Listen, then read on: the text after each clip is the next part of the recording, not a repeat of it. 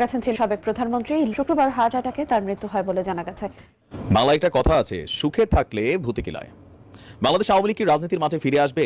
আওয়ামী লীগের নেতাকর্মীরা কি সেই শক্তি সাহস সঞ্চয় করে আবার? দর্শক, শেখ হাসিনা ভারতে আছে বর্তমানে, আপনারা জানেন। তো শেখ হাসিনার অবস্থা খুবই করুণ এবং খুবই ভয়ানক অবস্থা হচ্ছে। আপনারা অবশ্যই থাম্বনেল দেখেই ভিডিওর সব বিষয় বুঝতে পেরেছেন।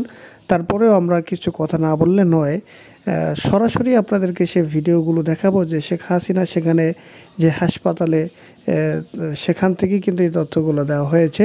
এবং অন্যদিকে নরেন্দ্র মোদী, আপনারা জানেন, তিনি অনেক চেষ্টা করেছেন, ব্যর্থ বিশেষ করে। এবং আওয়ামী লীগ কিন্তু বর্তমানে শোকের এক অবস্থা পালন করতেছে এবং বিভিন্ন জায়গায় তারা মাঠে নেমেছে। কথা আছে, সুখে থাকলে ভূতে কিলায়। বাংলাদেশ আওয়ামী লীগ কি রাজনীতির মাঠে ফিরে আসবে? আওয়ামী লীগের নেতাকর্মীরা কি সেই শক্তি সাহস সঞ্চয় করে আবারও রাজপথে দাঁড়াতে পারবে? অথবা আওয়ামী লীগ যেই পরিমাণ আধিপত্য বিস্তার করেছিল, সেই আধিপত্য বিস্তার করে আবারও কি মাঠে টিকে থাকতে পারবে? মানসিক মনোবল কি ঠিক আছে? যেমনটা আমরা শুনছি যে আওয়ামী লীগের নেতাকর্মীরা সব কোথায় গেছে, গর্তে ঢুকে গেছে। আসলে কি বিষয়টা তাই নাকি না যখন প্রয়োজন হয় তখন আবার রাজপথে ফিরে আসে, পুরনো যে রূপটা সেটাকে মানুষের সামনে নিয়ে আসে? আর এই রকমের অ্যাক্টিভিটিসের কারণে বাংলাদেশ আওয়ামী লীগকে নিষিদ্ধ করার জন্য যেই প্ল্যান পরিকল্পনা অথবা যে চাপ তৈরি হচ্ছে, সেই চাপের মধ্যে তারা ধরেন আরো এক ধাপ আগায় দিবে যে হ্যাঁ, আওয়ামী লীগরা সেটা নিষিদ্ধ করা দরকার। কেন? তারা এখনো ভালো হয় নাই। আমরা আজকে নরসিংদীর রায়পুরায় যে ঘটনা ঘটেছে, এই ঘটনাগুলো আমার কাছে মনে হয় কোনোভাবেই মেনে নেওয়া যায় না। নরসিংদীর রায়পুরায় আধিপত্য বিস্তারকে কেন্দ্র করে আওয়ামী লীগের দুই গ্রুপের সংঘর্ষের ঘটনা ঘটেছে। আপনি চিন্তা করেন যে এখনো আধিপত্য বিস্তার নিয়ে চিন্তা ভাবনা করে। তবে এই খেলাতে এখন বিএনপিও লিপ্ত হয়ে গেছে। বিভিন্ন জায়গায় এই যে ধরেন আগামী বিজয় দিবসে বিজয় মেলা পালিত হবে, দুই গ্রুপ লাইগা 12 জন আহত। বিভিন্ন জায়গায় সিন্ডিকেট বাণিজ্য, টেন্ডারবাজি, চাঁদাবাজি, দখলবাজি, এগুলোকে কেন্দ্র করে বিএনপি যেখানে মোটামুটি ভালোই ভূমিকা রাখছে, আওয়ামী লীগ ভাবতেছে মাঠটা তো আমাদের ছিল, অস্ত্র জমা দিছি, নেতা ভাগছে, কিন্তু ট্রেনিং তো ভুলি নাই, আছে মেশিনারিজ আছে কিছু, এটা প্রমাণ করছে যে আমরা এখনো দুর্বল হয়ে যায় নাই। আমরা এখানে যে ঘটনা ঘটছে, এখানে একজন ইউপি সদস্য সহ 2 জন নিহত হয়েছেন। বুঝতে পারেন, এমনি আওয়ামী লীগের নামে মামলার অভাব নাই, আর এরকম একটা ঘটনায় কত হাজার নেতা কর্মীর নামে মামলা হবে, এটা ভাবা যায়? আপনার এখানে আহতের সংখ্যা হচ্ছে 10 জন। আর এই ঘটনা ঘটছে কোথায়? রায়পুরা উপজেলার মেথিকান্দা এলাকায় এই ঘটনা ঘটেছে। তো রায়পুরা থানার ওসি যিনি আছেন, তিনি বিষয়টি গণমাধ্যমকে নিশ্চিত করে বলছেন যে নিহতরা হলেন চান্দের কান্দি ইউনিয়ন পরিষদের সদস্য মানিক মিয়া, বয়স 55, সাবেক নারী ইউপি সদস্য কল্পনা বেগম 32, একজন নারীও এখানে নিহত হয়েছে। তারা উভয়ই রোবেল গ্রুপের সদস্য। রোবেল নামটার মধ্যে একটা ভাব আছে, হ্যাঁ, আমি দেখছি অনেকে একটু থাকে দেইরা। আচ্ছা, আহতরা হলেন আমির হোসেন, যার বয়স হচ্ছে 21, রাব্বি মিয়া 24, আরো 10 জন, বাকিদের নাম পরিচয় এখনো পাওয়া যায়নি। পুলিশ এবং স্থানীয়রা কি বলছে যে দীর্ঘদিন ধরেই আধিপত্য বিস্তার এবং গোষ্ঠীগত দ্বন্দ্বের কারণে উপজেলা যুবলীগ নেতা আবিদ হাসান রোবেল এবং রায়পুর পৌর আওয়ামী লীগের সহসভাপতি হারুনুর রশিদের সমর্থকদের মধ্যে বিরোধ চলে আসছিল। এরই জের ধরে আমরা যদি দেখি, রুবেলের চাচা মানিক মিয়া পার্শ্ববর্তী চান্দেরকান্দি ইউনিয়নের 9 নং ওয়ার্ড সদস্য বশিরউদ্দিনের বাড়িতে আশ্রয় নেন। এতে হারুনুর রশিদের সমর্থকরা তাকে বশিরউদ্দিনের উঠানেই কুপিয়ে হত্যা করে। আব্দুল জব্বার বলছেন ওসি সাহেব যে দুই গ্রুপের গোষ্ঠীগত দ্বন্দ্বের জেরে ভোর থেকেই সংঘর্ষের ঘটনা ঘটে। পুলিশ দিন শেষে সেখানে পরিস্থিতি নিয়ন্ত্রণে এনেছে।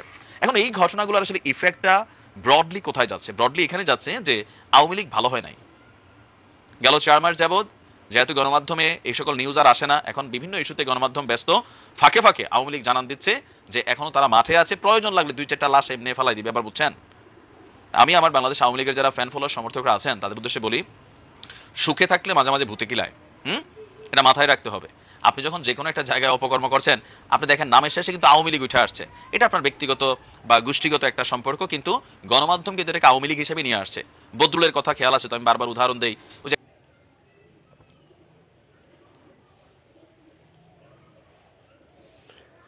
দর্শক, ইতিমধ্যে আপনারা যে ভিডিও ফুটেজ দেখতে পেয়েছেন, আরও একটা ভিডিও সংক্ষেপে আমরা আপনাদেরকে দেখাচ্ছি। সেটা দেখার পরেই আমরা বিস্তারিত আপনাদের সাথে আলোচনা করব। তো চলুন সর্বশেষ ভিডিওটাও।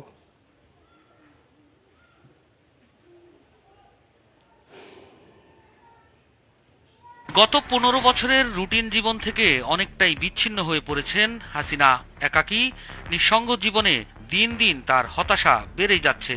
যারা তার সঙ্গে ক্ষণিকের জন্য দেখা সাক্ষাতের সুযোগ পাচ্ছেন, তাদের কাছে এমন হতাশার কথাই জানান দিচ্ছেন হাসিনা। প্রয়োজনে জেল জীবনকে মেনে নেবেন, তবুও দেশেই ফিরতে চান হাসিনা। এমন খবরই ভারতের আনাচে কানাচে ব্যাপকভাবে আলোচিত হচ্ছে। ভারতে খুব বেশি যে ভালো নেই হাসিনা, সেটা আঁচ করা যাচ্ছে ভারতীয় সমাজ পাতার বয়াতে। একাকী নিঃসঙ্গ জীবন আর কত ভালো লাগে, ইয়োগা আর বই পড়ে কতটা সময় কাটানো যায়, এ যেন সাজাবিহীন জেল জীবন। পরিস্থিতি বিবেচনায় দেশ ছাড়লেও এখন তার মনে উকি দিচ্ছে নানা কল্পনা। একে তো নেতাকর্মীদের রেখে পালিয়ে যাবার অভিযোগ, তার উপর একের পর এক হত্যা মামলা। কি করবেন ভেবে কুল পাচ্ছেন না তিনি। ভারত সরকারও যে তাকে খুব বেশি মূল্য দিচ্ছে তা না, স্রেফ সাবেক প্রধানমন্ত্রী হিসেবে সুরক্ষায় রাখা হয়েছে তাকে। পালিয়ে যাওয়ার 4 মাস হাসিনা ইস্যুতে ভারতও কোনো কার্যকর পদক্ষেপ না নেয়ায় হতাশা নিয়েই বাংলাদেশে ফেরার ভাবনাটি মাথায় বেশি ঘুরপাক খাচ্ছে বলে ধারণা করছেন ভারতীয় বিশ্লেষকরা। দেশে ফিরে জেলে থাকতে হলেও দেশে আওয়ামীপন্থীদের ভালোবাসা অন্তত পাওয়া যাবে, এমনটাই নাকি ভাবছেন হাসিনা। ভারতে কার্যত হাসিনা যে অবস্থায় আছেন সেটা জেল জীবনের চেয়ে খুব বেশি স্বাধীন নয়। সাবেক প্রধানমন্ত্রী হিসেবে বাংলাদেশের জেলে তিনি যে ডিভিশন পেতেন তাতে ভারতের সুযোগ সুবিধার চেয়ে কম কিছু হতো না, বরং বাড়তি হিসেবে তিনি নেতাকর্মী আর স্বজনদের সাথে দেখা সাক্ষাৎ করে প্রয়োজনীয় নির্দেশনা নিতে পারতেন, এমনটাই বলছে ভারতে অবস্থানরত দেশি বিদেশি বিশেষজ্ঞরা, যা বিভিন্ন সামাজিক যোগাযোগ মাধ্যমে প্রকাশ পাচ্ছে। বর্তমান রাজনৈতিক পরিস্থিতিতে দেশে ফিরতে চাইলেই কি হাসিনা তা পারবেন? এখনো আওয়ামী লীগের বিরুদ্ধে দেশে ক্ষোভ বিক্ষোভ চলছে, তাদের দলীয় সংগঠনও ছত্রভঙ্গ। শেখ হাসিনার বয়স আজকের চেয়ে 10টা বছর কম হলে তবু হয়তো মনে করা যেত তিনি দেশে ফিরে দলের হাল ধরবেন, কিন্তু এই মুহূর্তে সেটা প্রায় অসম্ভব বলেই মনে হচ্ছে।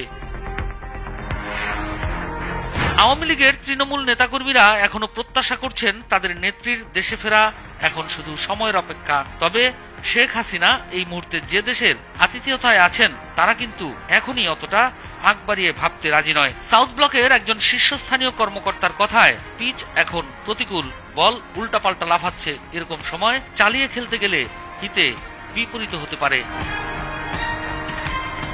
এখন বরং ধৈর্য দেখানোর সময়, ফলে প্রতিপক্ষের সবুজ বলের জন্য অপেক্ষা করাটাই শ্রেয়। রাজনীতির উইকেটে পোর খাওয়া ব্যাটার শেখ হাসিনাও নিশ্চয়ই এটা জানেন এবং সে অনুযায়ী উপযুক্ত সুযোগ এলে তবেই সেটা কাজে লাগাবেন। 5 আগস্ট চরম নাটকীয় দর্শক, এই যে রাষ্ট্রপতি শাহাবুদ্দিন চুপ্পু সাহেবকে নিয়ে আমরা অসংখ্য অগণিত ভিডিও বানিয়েছি এবং তার পদত্যাগের জন্য হাজারো মানুষ কিন্তু বিক্ষোভ করেছিল, সমাবেশ করেছে, তার পদত্যাগের দাবি জানিয়েছে। মানে তার পদত্যাগ এক পর্যায়ে হয়েছিল, পদত্যাগ করবে ঠিক সেই মুহূর্তে বিএনপির কারণে কিন্তু তার সেই পদত্যাগটা সম্পূর্ণ হলো না। তো বলা হচ্ছে এখান থেকে বিএনপি তাদের অন্য কোনো চাওয়া পাওয়া হাসিল করতে চাচ্ছে, যার কারণেই তার পদত্যাগের জন্য তারা আমাদের সবাই রাজি ছিল।